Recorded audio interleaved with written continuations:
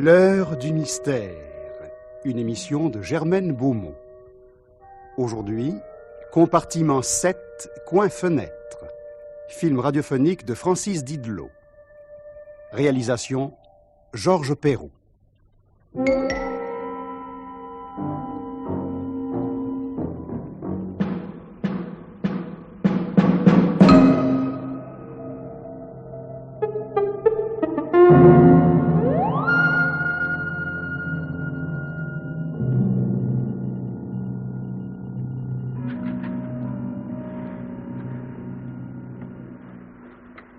Quai numéro 7.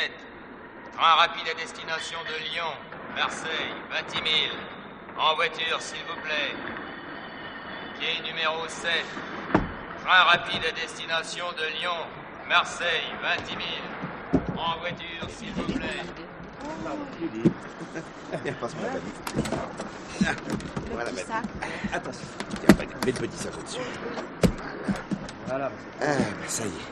Ça y est tout de même, hein? Qu'est-ce que je te disais, maman, que nous arriverions à nous caser tous les quatre? Mais tous les quatre ensemble. Oh, t'es épatante, pas. Toujours le père la confiance, toi.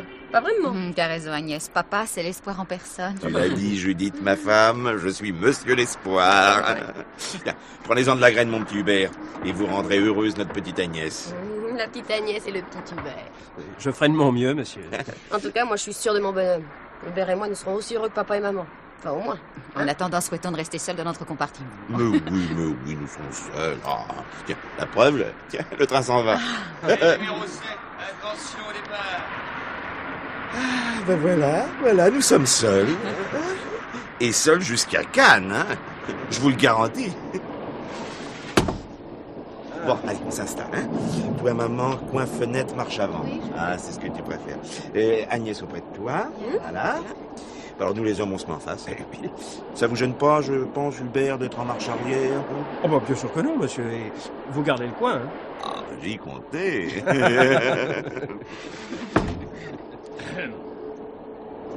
2 places. Hein? Il ne nous en faut pas plus. Elle nous attendait. Mesdames, messieurs. Eh ben, entre, Céline. Qu'est-ce que tu fais dans le couloir? Oui. Il y a des vêtements sur le fauteuil. Ces places sont libres, madame? Je crois. Mais tu parles qu'elles sont libres. Hein? On laisse une paire de gants, on met un livre ou des journaux, histoire de faire du volume. Allez, passe-moi ta valise. Dites, jeune homme, s'il vous plaît, voulez-vous m'aligner ce sac, hein? Chacun son espace vital, hein? Voilà qui est fait, monsieur. Merci. Là. Bon, comme ça, ton manteau, Céline. Oh, installe-toi, bon sang, on dirait toujours que t'as peur de ton ombre. J'attendais que tu aies choisi ta place, Émile. Ouais. Bah, évidemment, j'aurais aimé le coin-fenêtre, mais... À moins que madame ne me le cède,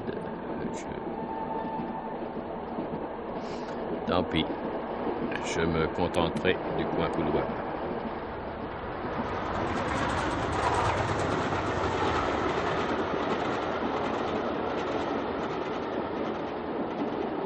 Vous ne trouvez pas ça ridicule? Nous voici tous les 6 appelés à passer la nuit ensemble. Et nous nous regardons comme si on venait de jeter 2 chats dans une cage avec 4 chiens. Ça ne va pas jusque-là, monsieur. La vérité, c'est que nous 4, on est ensemble. Et à côté de nous, il y a 2 personnes qu'on ne connaît pas. Totalement étrangères, quoi. Oh, étrangère. Vous avez beaucoup d'esprit, petite madame. Mademoiselle. Je suis son fiancé. Ah ben, vous voyez, nous faisons connaissance. Oh, peut-être désirez-vous que je me présente? Non. Ah si, voyons, allez, soyons régence. Je m'appelle Émile Léonard et je dirige un bureau de marketing. Madame est mon épouse, Céline de son prénom. Un couple légitime et respectable. Qu'en pensez-vous, monsieur? À vrai dire, rien. Mais en somme, vous vous refusez à désarmer. Monsieur Émile Léonard, si tel est votre nom, nous désirons rester entre nous. C'est simple, non? Oh, combatif, le fiancé. Félicitations, mademoiselle. Je m'en passe, monsieur. Charmante famille. Écoute, Émile, laisse ces gens. Enfin, qu'est-ce que tu as Oh, besoin? fiche-moi la paix, Céline, s'il te plaît, hein. Mon restaurant, le bar est ouvert. Tu viens, Agnès? Oh, que oui. Et vous deux? Non, non, non, allez les enfants, je vais essayer de dormir, moi. Oh, toi, papa. Non, non, je reste avec ta mère. Non, mais à tout à l'heure, prenez votre temps. Et dis-moi bonsoir, fillette. J'aurais pas besoin de chercher le sommeil. Voilà. Le train, ça me berce. Bonne nuit, papa chéri. Bonne nuit. Bonne nuit, maman. Non, je... S'il vous plaît, monsieur, retirez vos pieds du passage. À tout à l'heure, mademoiselle.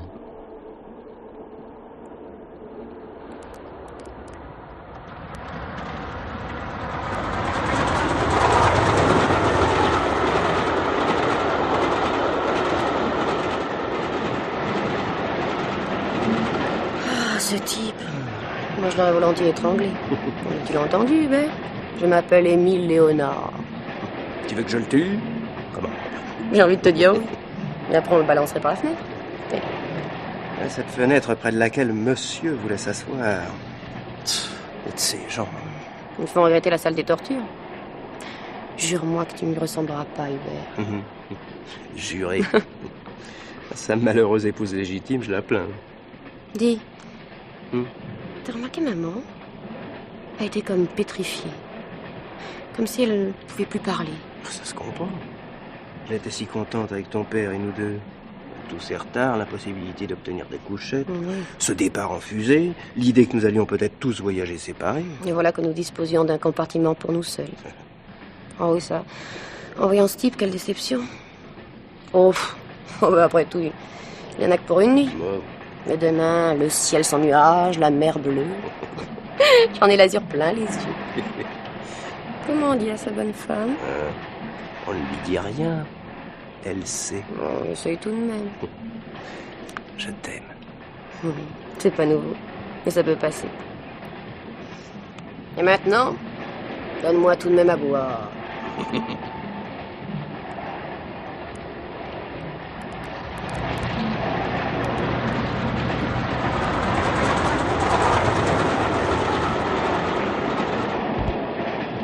Vous permettez, madame, que on éteigne le plafonnier? Mais certainement, monsieur. Mais c'est trop tôt, vous ne trouvez pas? À peine 10h10. Ma femme désire se reposer. Oh, pardon.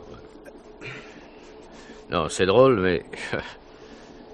j'ai l'impression de vous connaître.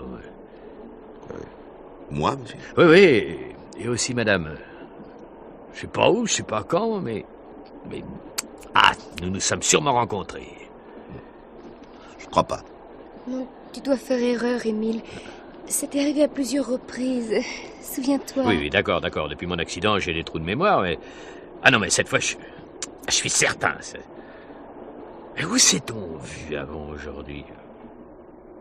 Je demande pardon, vous êtes monsieur... Vous y tenez? Charles Félix. Oui, Félix. Félix, c'est mon nom. Il paraît qu'il me va sur mesure. Brave type, tout rond, croyant tout ce qu'on lui raconte. Mais faut pas s'y fier. Ah, monsieur Félix. Ah, un homme heureux, quoi. Ah, et madame et votre fille, comment... Agnès, n'est-ce pas? Un joli prénom. Bientôt mariée, Agnès. Où vous ai-je rencontré les uns et les autres, hein? Non, pas le fiancé, non. Non, mais vous surtout, madame. Vous ne vous rappelez pas? Je suis même certaine du contraire. Je ne vous ai jamais aperçu. Ah. Jamais. Ni en train, ni ailleurs. Ah. Qu'est-ce que vous faites comme métier, monsieur? Philatéliste. J'ai un magasin. Oh là, intéressant, les timbres-poste. Voilà un genre de ressource qui offre peu de signes extérieurs de richesse. Ah, je vous félicite, monsieur Félix. Une profession indépendante, libérale même. Oui, vous travaillez tout en rêvant. Madame Félix vous seconde, j'espère. Non, je ne travaille pas. Je n'en suis pas moins fatiguée. Et je vous le demande, monsieur, qu'on se taise un peu. Émile, tu devrais... Ah, écoute, une fois pour toutes, Céline, je sais ce que j'ai à faire. Hein. Non. Dormez, madame. Moi, je vais fumer un cigare dans le couloir.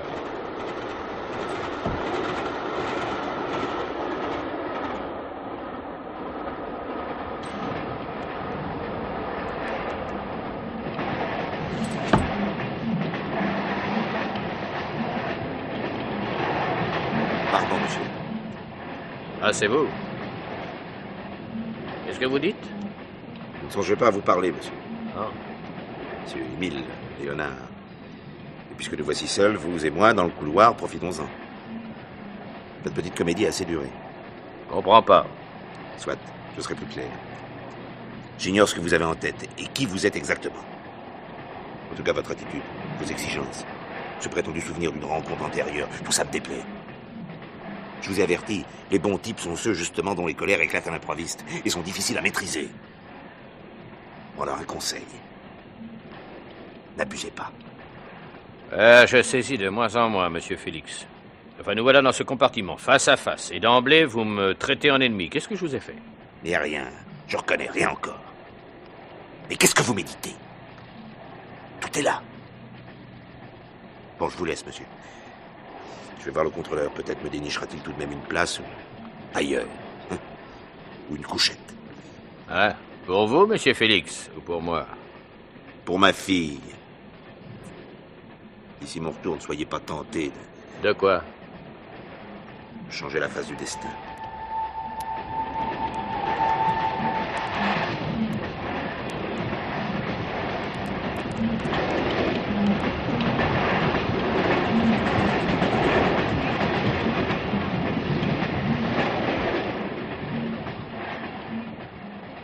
Émile, Enfin. On consent à me reconnaître. ne parlez pas si fort. Votre femme s'est endormie. Que Céline dorme ou non, aucune importance. Une seule chose compte. Vous, Judith. Je suis Madame Charles Félix. Veuillez vous en souvenir. J'essaierai. Madame. Est-ce tout? Non. À quoi répond votre présence dans ce compartiment? Le hasard, madame. Le simple hasard. Avec vous, je ne crois pas aux coïncidences. En tout cas, hasard ou non, vous devez renoncer À quoi, Judith? à ce qui pourrait détruire, saper la confiance, ravager le bonheur. Car selon vous, il existe le bonheur? Ah, moi, j'en doute. Chacun fait de sa vie ce qui lui plaît, mais personne n'a le droit de salir celle des autres. Et où cette belle philosophie devra-t-elle me conduire? À ne vous soucier ni de moi, ni des êtres qui me sont chers. Ignorez-nous. Taisez-vous. Et demain, la vie nous séparera. Une nuit, ce n'est pas si long. Voulez-vous que je quitte le compartiment? Ah non, surtout pas, surtout pas. D'ailleurs, après cette grève qui a paralysé le trafic pendant plusieurs jours, le train est bondé. Alors, où iriez-vous? Quelques heures debout dans le couloir. Non, ça ne ferait que précipiter les choses. Madame. Émile. Émile, qu'est-ce que tu fais? Ah, laisse-moi tranquille, Céline. Mais viens te reposer, voyons, demain tu seras fatigué. Oui, tout à l'heure. Oh, celle-là. Elle ne vit que pour vous. Cela se voit dans ses gestes, dans ses regards. Occupez-vous d'elle davantage. Excusez-moi, voici les enfants qui reviennent.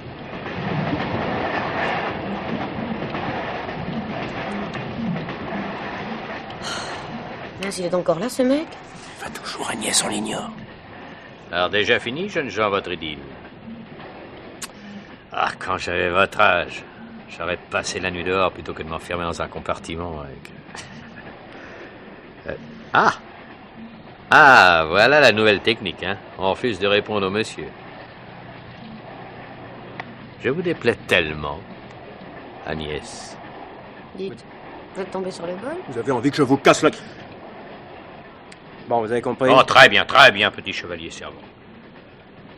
Bon, bah alors débarrassez-moi le plancher, tous les deux. Un instant. Il faut en finir, Hubert. Qu'est-ce que vous voulez, vous? Annoncer la couleur. Ouais, mais je ne veux rien du tout. Je vous regarde. J'admire votre gouaille, votre façon d'attaquer l'existence.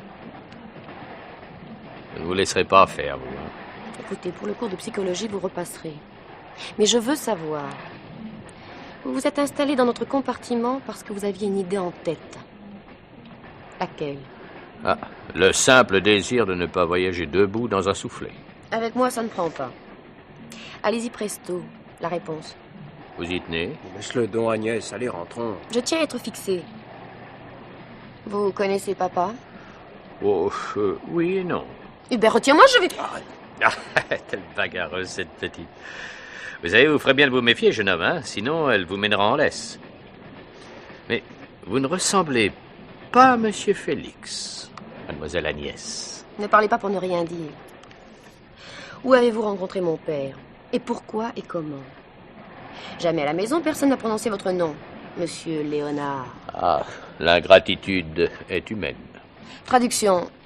On vous devrait quelque chose? En effet. Je n'en crois pas un iota. Libre à vous. Tout ce que vous dites, ça n'est que mensonge. Vous avez une combine, quelque chose qui pourrait détruire. Mais quoi et pourquoi? Vous avez toute la nuit pour réfléchir.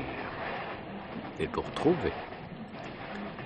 Mademoiselle Agnès. Appelez comme vous le faites, ça relève encore de votre plan. Eh bien, si vous croyez m'atteindre, retenez que je me moque de vous et de vos manigances. Qu'avez-vous découvert qui pourrait nuire à mon père? Je l'ignore. Ou plutôt, je pense que c'est faux. Que tout n'est qu'invention de votre part. Comme si vous agissiez pour le seul plaisir de faire le mal. Lucifer, en somme. Hein? Mais qui était Lucifer? L'archange préféré. Oh, viens Hubert Saint-Dingue. Oui, peut-être. Oh, mademoiselle. Oh, vite, j'ai sommeil. Ah non, c'est de votre âge. Moi, je dors mal, très mal. Oui, surtout assis près de la porte. Oui, réveillé par les allées et venues. Si on pouvait me céder le coin fenêtre... Non, vous faire un cadeau à vous, non. Ben pourquoi pas? Non, mais je suis malade, vous savez. Comptez pas sur nous pour vous soigner.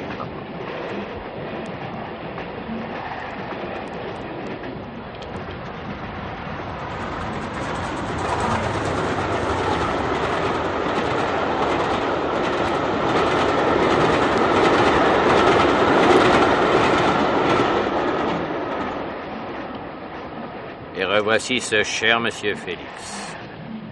Si j'en juge d'après votre mine, votre petite expédition dans les couloirs a été bénéfique. Jugez très exactement le contraire. Quoi? Vous n'auriez pas découvert une couchette? Pas même une place libre, ailleurs? Un partout complet. Ainsi, nous sommes condamnés à achever la nuit côte à côte. Je me demande quelle satisfaction vous y trouvez. Cherchez. Tiens, c'est tout juste le conseil que je viens de donner à mademoiselle Agnès. Vous avez parlé à ma fille? À votre fille, oui. Si je me maîtrisais Ah, pas... mais vous maîtrisez. Ben, comment, vous me quittez déjà? Oui, moi je vous entendrai mieux, ça vaudra. Non, ne refermez pas la porte. Je rentre aussi. Tant pis.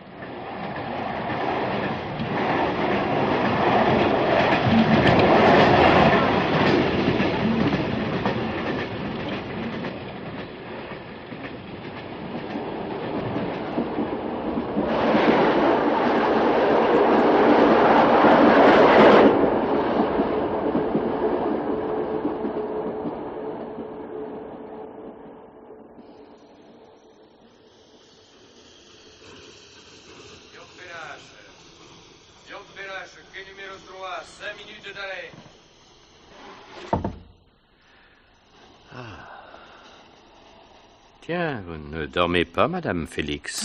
Vous m'avez fait peur. Vous aviez tellement sommeil, paraît-il. Il fait si chaud dans le compartiment. Prenez mon coin près de la porte. Pourquoi tenez-vous tellement à changer de place? Je suis mal à mon aise. Je ne vous crois pas. D'ailleurs, inutile d'insister auprès de vous pour connaître vos motifs.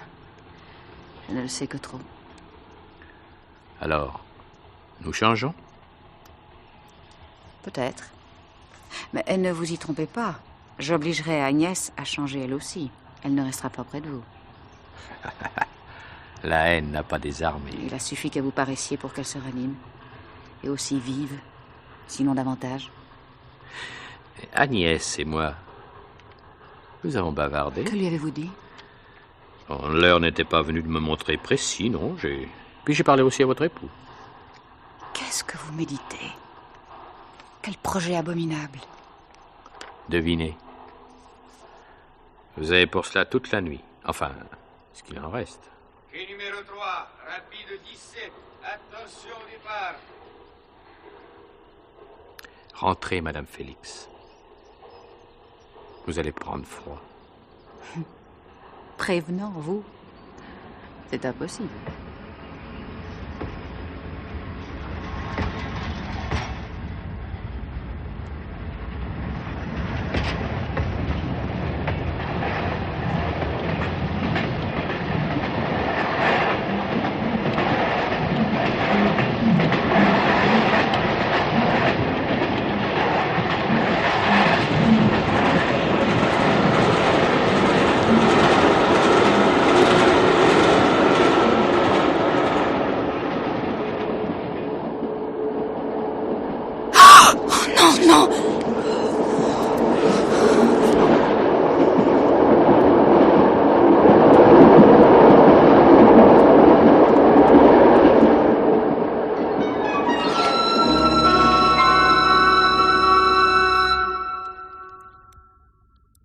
Vous étiez le chef de train du Rapide 77.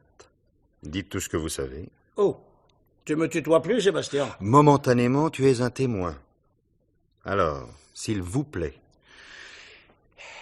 Eh bien, commissaire, au kilomètre 838, le jour est élevé depuis... Prenez-moi les choses au départ de Paris. Eh bien, nous sommes partis à l'heure. Le 77, il était bondé. En dernière minute, on avait ajouté un wagon mixte, première et deuxième, mais on n'a guère eu de peine pour le remplir. Hein. Après une soirée normale, enfin normale si vous acceptez les grognements habituels, les gens qui s'imaginent qu'il y a 6 coins fenêtres marche avant dans chaque compartiment.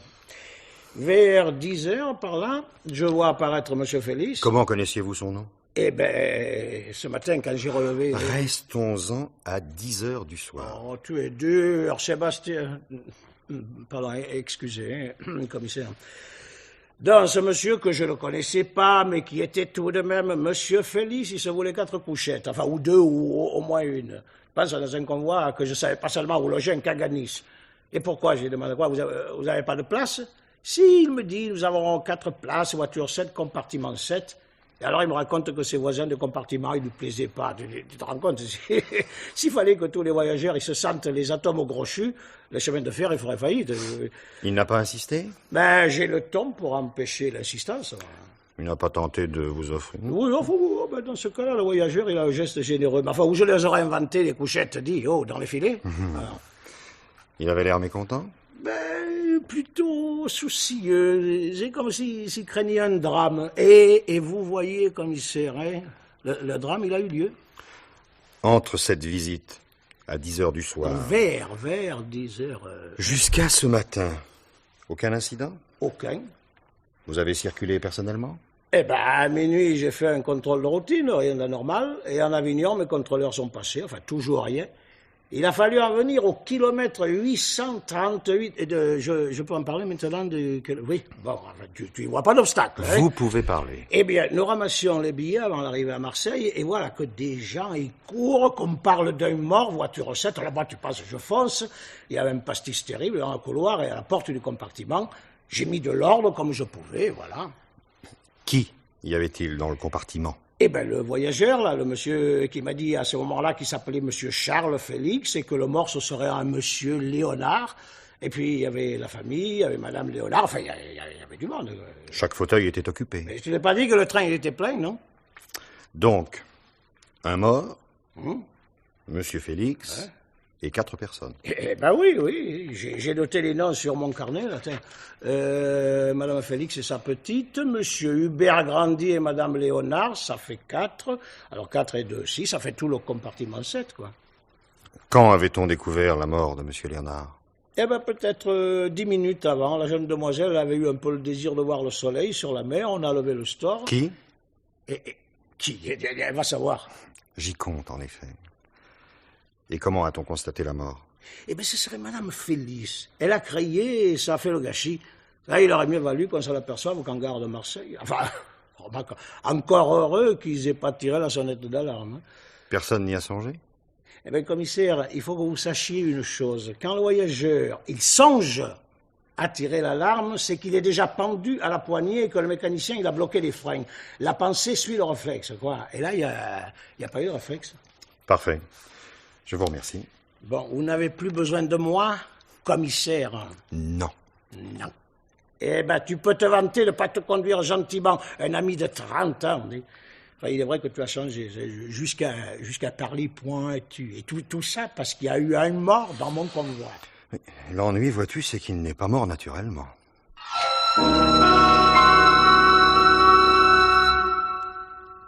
Excusez-moi, madame. Nous autres policiers, nous avons des obligations pénibles, mais indispensables. Faire la lumière. Et souvent, il nous arrive de méconnaître la douleur. Oui, je comprends. Enfin, je ferai de mon mieux pour vous aider, mais... N'y pensez pas. Aidez-moi plutôt à voir clair. Je vous signale tout de suite que le wagon a été dételé et que mes inspecteurs passent le compartiment au peigne fin. Je ne sais rien. J'ai rien compris à ce qui s'est passé. Répondez simplement à mes questions. Même si elles vous semblent incohérentes. Vous étiez la femme d'Émile Léonard. Légitime? Nous nous sommes mariés il y a une quinzaine d'années. Des enfants? Non.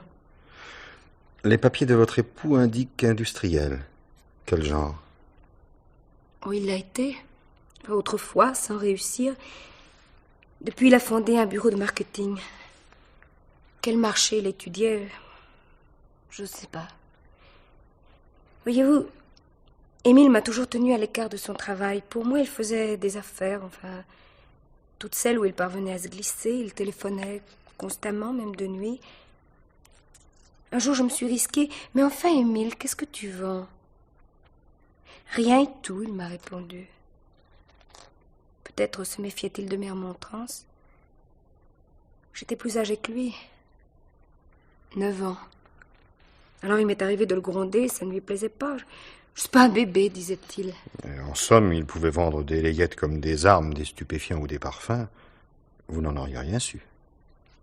Ben, c'est un peu ça, oui. Et avec une comptabilité aussi sommaire que possible. Il avait des calepins. Je les ai feuilletés, des notes, des chiffres. Enfin, lui seul pouvait s'y retrouver. Pourquoi n'avez-vous pas eu d'enfant? Je ne pouvais pas. D'ailleurs... Oui, cela vaut aussi bien. Je crois, oui. Vos compagnons de voyage cette nuit, les connaissiez-vous? Non. Vous ne manquiez pas d'argent? Dans les débuts de notre mariage, heureusement, j'en avais un peu. Moi. Puis ensuite, nous avons été à l'aise. Le prix d'un wagon-lit ne vous aurait donc pas paru excessif? Oh, sûrement pas. Je l'ai dit à Émile, mais il m'a pas écouté. Enfin, il est vrai que jusqu'au dernier moment, nous ignorions même si nous allions partir. Vous ne le saviez pas, vous seul? Ou tous les deux? Nous devions partir, c'était convenu, mais... Quand? Émile m'a dit, tiens-toi prête. C'est tout. Pour une affaire de marketing. Curieux, vous ne trouvez pas? Je n'ai pas d'avis. Vous vous entendiez bien? Un couple comme d'autres où la femme est plus âgée. Résigné. Il faut accepter les êtres tels qu'ils sont. Que s'est-il passé cette nuit? Rien. Sinon qu'Émile a essayé de lier conversation avec nos voisins. Écoutez, demandez-leur ce qu'ils ont pensé de son insistance. Votre opinion a son prix. Surtout pour expliquer le crime. Émile était en quelque sorte toujours aux aguets dans la rue, en voyage, à l'hôtel, en vacances, partout il guettait l'occasion. Enfin, au besoin, il la faisait naître. L'occasion? De quoi? D'une affaire. Le marketing? Oui. Oui, c'était une façade. Tenez, il lui est arrivé de me dire, tu te rappelles telle personne rencontrée sur la plage ou au théâtre? Eh bien, je viens de traiter une affaire avec elle. Ça m'a donc à moitié étonné hier soir quand il a voulu bavarder avec ces gens. Il prétendait les reconnaître. Vous voyez? C'était sa technique. Est-ce tout ce que vous voyez à me signaler? Je crois, oui. Ce matin, qui a découvert sa mort? Ah bah, c'est cette dame, Madame Félix. La jeune fille a levé le store et Madame Félix, elle était assise à côté d'Émile. Elle a poussé un cri. Elle s'est dressée, Émile a basculé en avant. On a vu le foulard serré autour de son cou. Auparavant, vous n'aviez rien remarqué? Non, j'étais pas auprès de lui. Voyez-vous, monsieur le commissaire, Émile était un de ces êtres pour qui un désir contrarié se mue vite en obsession. Il voulait à tout prix le coin-fenêtre et il en faisait une question personnelle. Et entendez bien, pour obtenir cette place, pour en écarter l'occupant légitime, il n'aurait pas payé 1 franc.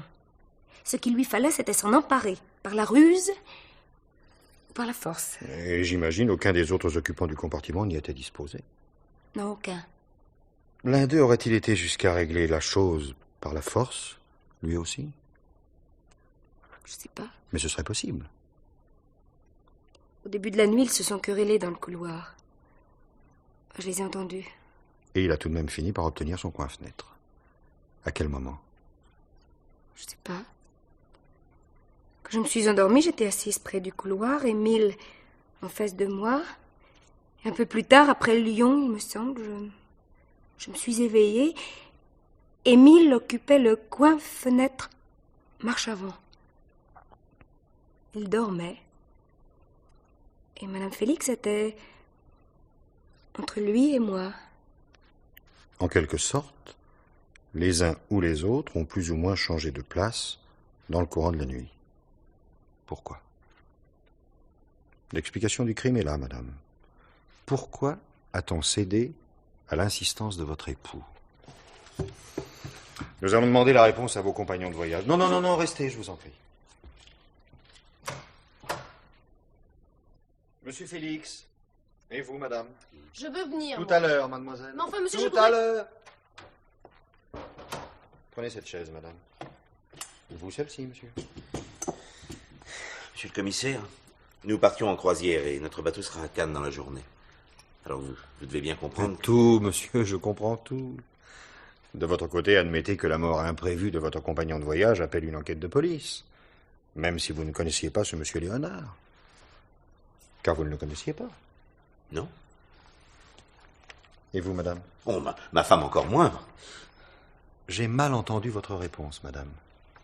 Je ne l'avais jamais vu, monsieur le commissaire. Cependant, il semble acquis... Ah oui, mes inspecteurs ont questionné d'autres voyageurs, des gens qui ont circulé dans les couloirs. Nous avons recueilli un ensemble de réponses concordantes. Émile Léonard a été aperçu parlant avec vous, monsieur. Et avec vous, madame? Quoi d'étonnant à ce que l'on bavarde avec quelqu'un que le hasard place dans le même compartiment? Car il s'agissait d'un hasard. C'est également votre avis, madame? Mais oui. Prenez garde. C'est une tendance courante chez les témoins de tout tenter pour ne pas figurer ensuite dans un procès d'assises. Toutefois, la police n'aime ni les réponses ambiguës, ni les dérobades. Elle subodore tout de suite un motif caché. Nous sommes bien d'accord. Ni l'un ni l'autre, vous ne connaissiez Émile Léonard. Ni l'un ni l'autre. Madame? Non. Il y a quelque chose qui ne colle pas. Les témoins sont unanimes. Vos bavardages avec Émile Léonard se sont déroulés dans un climat d'antagonisme. Encore n'est-ce pas là assez dire? Qu'en pensez-vous, madame Léonard? Mais je vous l'ai expliqué, monsieur le commissaire. Émile était étrange parfois. Il s'accrochait à un désir jusqu'à l'idée fixe. Plus étrange encore, les témoins déclarent que lui était calme, souriant, alors que madame et monsieur Félix montraient de la véhémence. Pour quel motif? C'est idiot. Cet homme tenait à changer de place. Il voulait à tout prix le coin-fenêtre et dans le sens de la marche.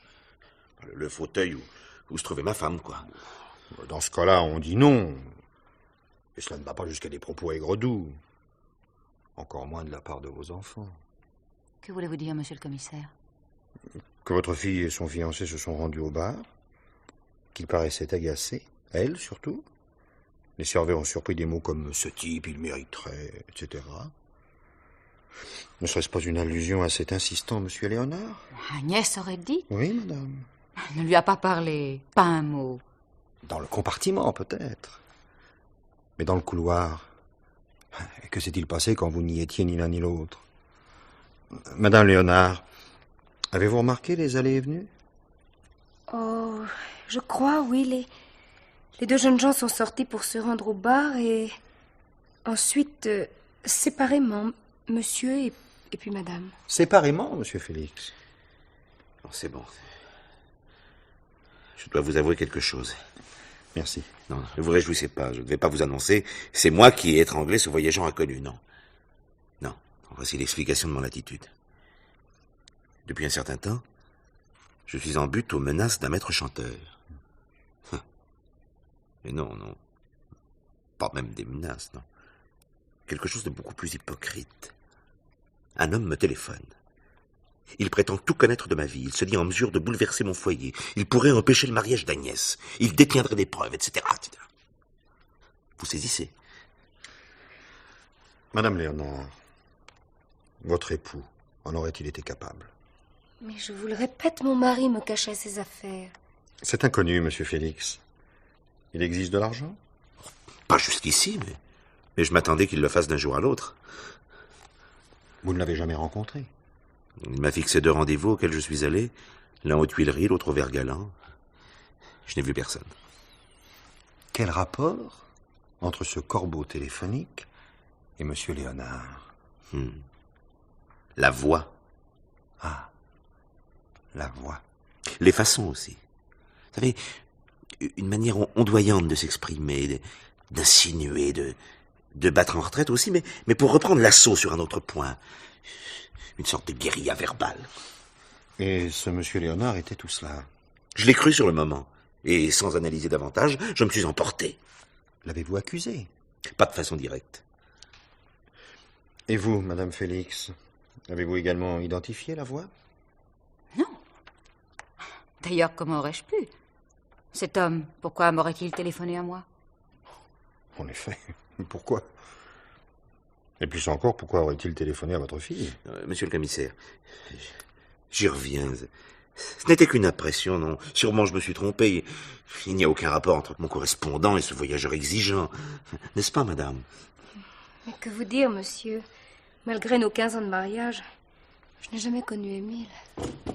Mais enfin, qu'est-ce que vous faites, monsieur le commissaire? Où allez-vous? Posez la question à votre fille. À son fiancé aussi, d'ailleurs. Non! Non, monsieur le commissaire, il ne faut pas. Agnès ne doit pas savoir. Charles, je te demande pardon, mais c'est elle qui passe avant tout aujourd'hui. Oui, Émile m'a téléphoné à moi aussi. Oui, il voulait détruire notre ménage. Agnès? N'est-ce pas? Oui, Charles.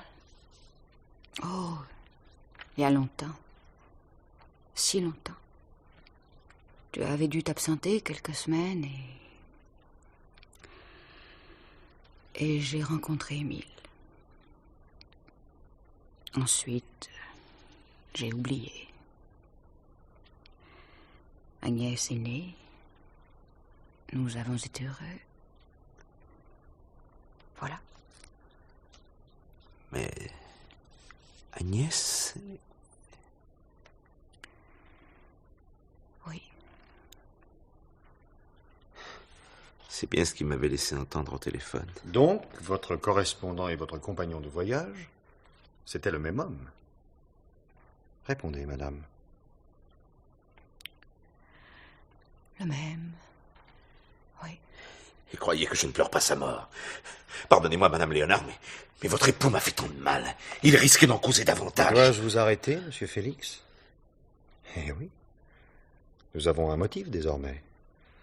Entre votre femme et vous, sans doute le moment serait-il venu d'une explication, suivi d'ailleurs d'un pardon, d'un accord. Mais si votre fille apprenait, alors vous avez éliminé Léonard pour obtenir son silence définitif. Mais non, monsieur le commissaire, ce n'est pas moi. Ah, je croyais. C'est moi. Pas possible. Tu es folle. Tais-toi.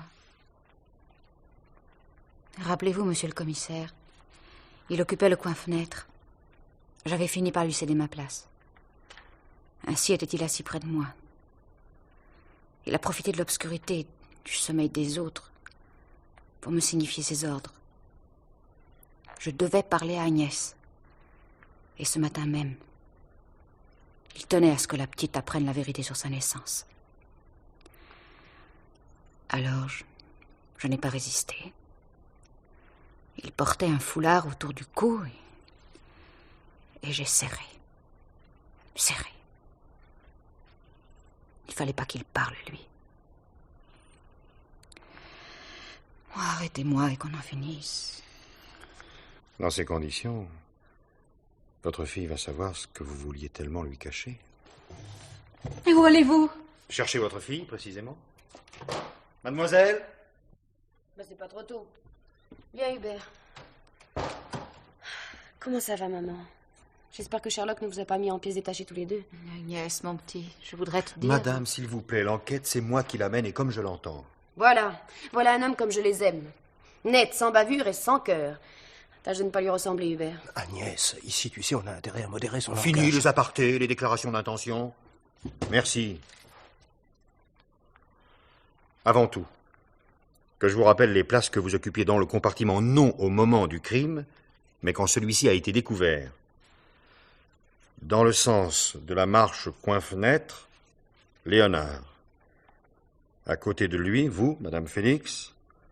Ensuite, coin-couloir, Madame Léonard. En face de Léonard, vous, mademoiselle. D'accord. Auprès de vous. Bah, Hubert, voyons. Et après, papa. À Lyon, nous le savons, Léonard est sorti dans le couloir. Quand il a regagné sa place, il était vivant. Bravo, la palisse. Agnès. Lequel d'entre vous a bougé, est sorti ou s'est levé, entre Lyon et le kilomètre 838? Moi, commissaire. Je suis allé baisser la vitre. Il faisait trop chaud. J'étais donc debout au-dessus de Léonard, assoupi, et il m'a été facile. Oh, écrase, papa. Je t'ai vu quand t'as manœuvré la glace. T'as pas touché au monsieur. Tandis que moi, Vous? parfaitement. Quick. Et le vilain chat était mort. Signé Agnès. Mais tu perds l'esprit. N'écoutez pas Agnès, monsieur le commissaire. Elle s'accuse pour éviter que vos soupçons ne s'égarent sur d'autres. Sur vous peut-être, jeune homme. Sur moi, oui. Qu'est-ce que tu racontes? Taisez-vous. Vous voudrez bien, les uns comme les autres, ne répondre que si je vous questionne. Monsieur Félix, c'est vous qui avez étranglé Émile Léonard? Oui. Vous devez comprendre. Plus tard, les explications. Je ne veux qu'un oui ou un non. Mademoiselle, vous qui étiez assise en face. Tais-toi, Agnès. Taisez-vous, vous-même, le fiancé, votre tour viendra. Alors, mademoiselle? Mais oui, je vous l'ai dit. Je croyais même pas que c'était si facile d'opérer un bonhomme. Faites voir vos mains. Le dessus. Merci. À votre tour, monsieur Hubert Grandier. Puisque je vous l'ai dit. Oh, je ne le connaissais pas spécialement, ce type. Mais j'ai senti qu'Agnès s'effrayait, qu'elle était capable de commettre une bêtise. Alors je l'ai devancée. Vous voulez voir mes mains? Qui vous a griffé comme ça? Devinez. C'est pas beau de mentir, Hubert. Je vous en prie, mademoiselle, j'aimerais bien aller au bout de cette épidémie. Madame Félix, vous-même en avez ressenti les premières atteintes. Donc coupable, vous aussi? J'étais la plus proche de lui, ne l'oubliez pas. Précisément. Et vos motifs sont certainement les plus... Mais monsieur le commissaire... Je ne vous ai pas questionné, monsieur. Achevez, madame. Avez-vous tué cet homme qui menaçait votre époux, votre foyer? Oui. Parfait. 6 voyageurs, une victime, 4 qui s'accusent. Et moi, monsieur le commissaire? Me laisserez-vous de côté? Vous, madame Léonard? Vous qui étiez assise à l'autre bout de la banquette? Pour arriver jusqu'à votre époux, il vous fallait traverser le compartiment, heurter probablement quelqu'un dans la pénombre, avoir la force physique et plus encore la force d'âme. Et avoir aussi un mobile. Lequel? Un excès de patience, peut-être. Tout ce que l'on vous a dit de mon époux ne vous semble pas éloquent? Quelqu'un qui veut changer la face du destin. Très bien. Je suis donc prêt à admettre la culpabilité de l'un quelconque d'entre vous 5. Cependant, il existe certains détails auxquels vous n'avez pas prêté une attention suffisante. D'abord ce qu'on appelle les lésions de lutte. Même surprise pendant son sommeil, une victime se défend. Surtout comme ce serait le cas ici quand elle est attaquée de face. Écoutez, mettons que je sois idiote. Mais je ne pige rien à vos arguties. Nous étions en présence d'un type à éliminer. Même sa femme, elle le reconnaît qu'il ne valait pas grand-chose. Alors on a agi. Mais qu'est-ce qu'elle demande, la police? Un coupable? Choisissez, commissaire. Mais choisissez bien. Tais-toi, Agnès, mon petit. Mais laisse-la donc bavarder, maman. Plus elle en dit, plus elle démontre au commissaire qu'elle s'accuse pour brouiller les cartes et innocenter celui qu'elle suspecte. C'est-à-dire moi. Vous déraillez tous les deux. C'est la règle d'ailleurs chez les ancêtres. Monsieur le commissaire, vous ne voulez pas qu'on joue en étalant ces cartes à découvert? Oh que si, mademoiselle. Ok. Eh bien, j'étais au courant pour ce type. Bon, je t'en supplie, maman, sois moderne. T'as eu un pépin quand t'étais jeune. Papa a arrangé les choses et endossé le chèque. Mais qu'est-ce que vous voulez que ça me fiche? Les parents, c'est ceux qui élèvent, qui se font du mourant quand on est malade, qui pensent tout le temps à votre bonheur, qui vous engueulent aussi. Et oui, c'est ça, les parents. Lui, ce type, c'est le gâchis qu'il visait. Et peut-être du fric pour la boucler. Agnès, C'est un type qui a essayé de démolir tout ce que j'aime. Il m'a téléphoné un jour. À toi? Pourquoi n'as-tu rien dit? Et Hubert? Elle compte pour 0, alors? Vous saviez, vous, Hubert? Agnès vous l'avez dit? Naturellement. Oh, et nous, Charles, qui n'osions même pas nous confier l'un à l'autre. Oh, ces gosses. Oui. Ils ont plus de courage. Et pas le moins du monde. Ce qu'il y a, c'est que notre génération ne veut pas s'embarrasser d'un tas de suppléments de bagages. Ça fait du poids, ça retarde, ça coûte cher. Si nous revenions à feu, Léonard, vous m'avez fourni le motif du crime. De mon côté, j'ai d'autres explications à vous donner. Primo, les lésions de lutte. Seul vous, le fiancé, vous portez des marques sur le dos d'une main. Qu'est-ce que je disais? Arrêtez-moi! Pas encore. Car, et c'est là le second point, il n'y a pas eu lutte. Quoi? Qu'est-ce que vous racontez? Mais pas de lutte! C'est ce que je ne cesse de vous dire depuis que vous nous tenez là. Il dormait à poing fermé. Je lui empoigne 2 coins de son foulard et fini. Terminé le chantage. Les parents ne sont plus au sans coup. Beaucoup moins simple que cela. Émile Léonard ne dormait pas. Il a vu arriver la mort. C'en est que mieux. Oh, pardon, madame. Oh, ne vous excusez pas, mon enfant. Émile n'avait rien d'un joli monsieur, hélas. Vous faites fausse route. Léonard n'a pas vu la mort arriver parce qu'il ne dormait pas. Il était déjà mort. Oh, dites, vous allez pas un peu loin? Mort? Mais comment? C'est ce que je cherche à établir. Que l'un de vous ait tenté de l'étrangler, c'est indiscutable. La façon dont le foulard était noué, la trace qu'il a laissée, tout cela pouvait prêter à certaines confusions. Pourtant, l'ensemble des lésions se situe après la mort. Alors, on s'est accusé pour du flanc? Presque. Comment ça, presque? Puisque vous venez de nous expliquer Il y a tout de même eu tentative. Mais non! On a dit ça parce qu'il vous fallait un coupable, coûte que coûte, et qu'on voulait pas que ce soit les autres. Vous me voyez laissant mon père aller en cabane ou Hubert, et encore moins maman. Alors, qui a empoisonné Émile Léonard? Ah, parce que vous pratiquez la double détente. On n'a pas étranglé, mais on a versé la ciguë. C'est à peu près ça, sauf qu'il s'agit très probablement d'un poison plus banal. Mais comment lui aurait-on refilé, nous, le poison? Je n'oserais dire par piqûre.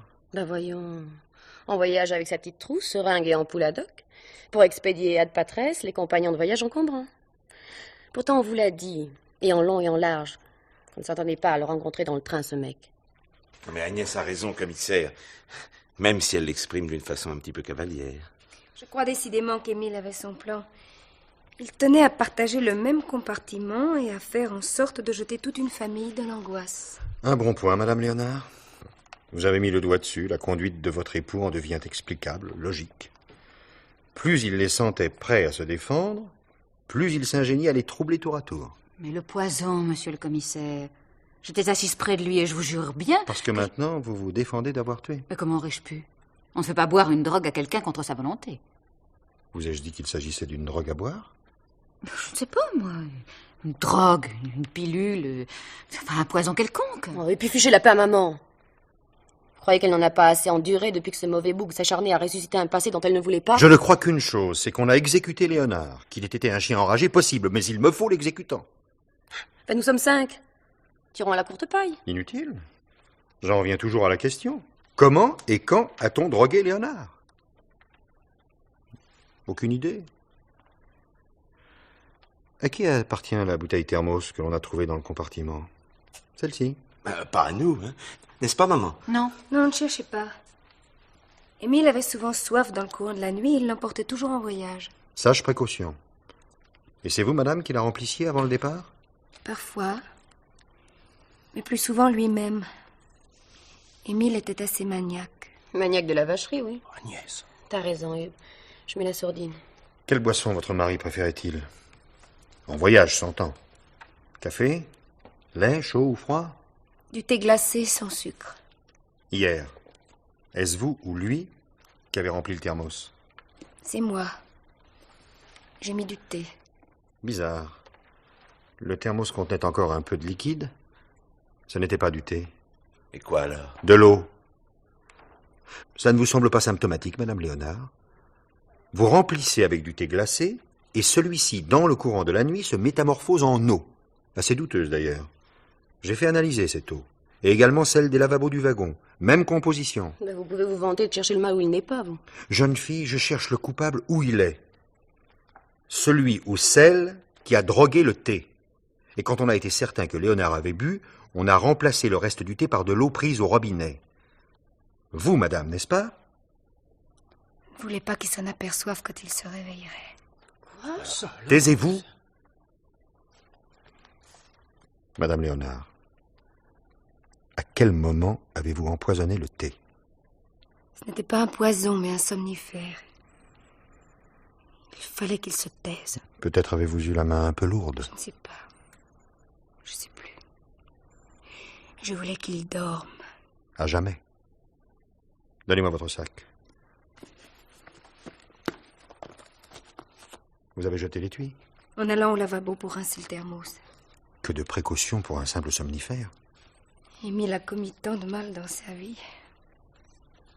Tant de mal. Quand je l'ai entendu, à sa façon de parler à nos compagnons de voyage, j'ai compris qu'il méditait encore quelque chantage. Je devais l'en empêcher. Laissez-la donc tranquille, cette femme. Merci de vos conseils, mademoiselle. Vous pouvez vous retirer, votre fiancé aussi, et vos parents également. Si, allez, j'y tiens. Un inspecteur va enregistrer vos dépositions. Et de la franchise, cette fois. En ce qui concerne le coup du foulard, je ne veux qu'un seul coupable, pour une tentative non punissable. Arrangez-vous. C'était moi. Oui, monsieur Félix, je sais. Vous, le fiancé, à l'avenir, rappelez-vous que des égratignures ne saignent plus quelques heures après avoir été faites. Bonsoir. Eh ben, vous, commissaire, pardon. Viens, Agnès, mon petit, viens.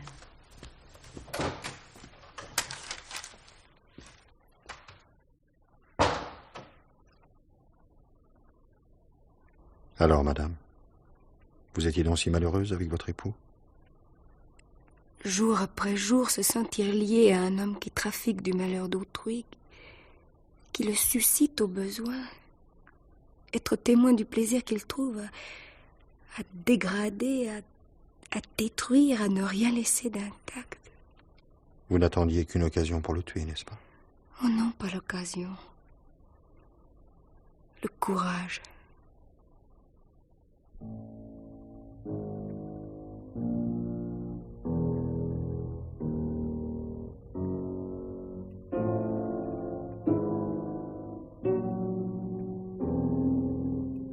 L'heure du mystère, une émission de Germaine Beaumont.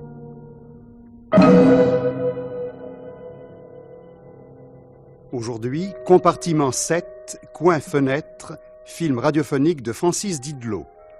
Avec le concours de André Sellier, Sébastien, Caroline Sellier, Agnès, Daniel Ivernel, Émile, Bernadette Lange, Judith, Pierre Pernet, Hubert, Henri Poirier, Charles, Arlette Thomas, Céline, Bernard Valdeneige, Laboyeur et Henri Vilbert, le chef de train. Bruitage, Joël Noël. Chef opérateur du son, Michel Ristich. Collaboration technique, Monique Germain. Réalisation, Georges Perroux.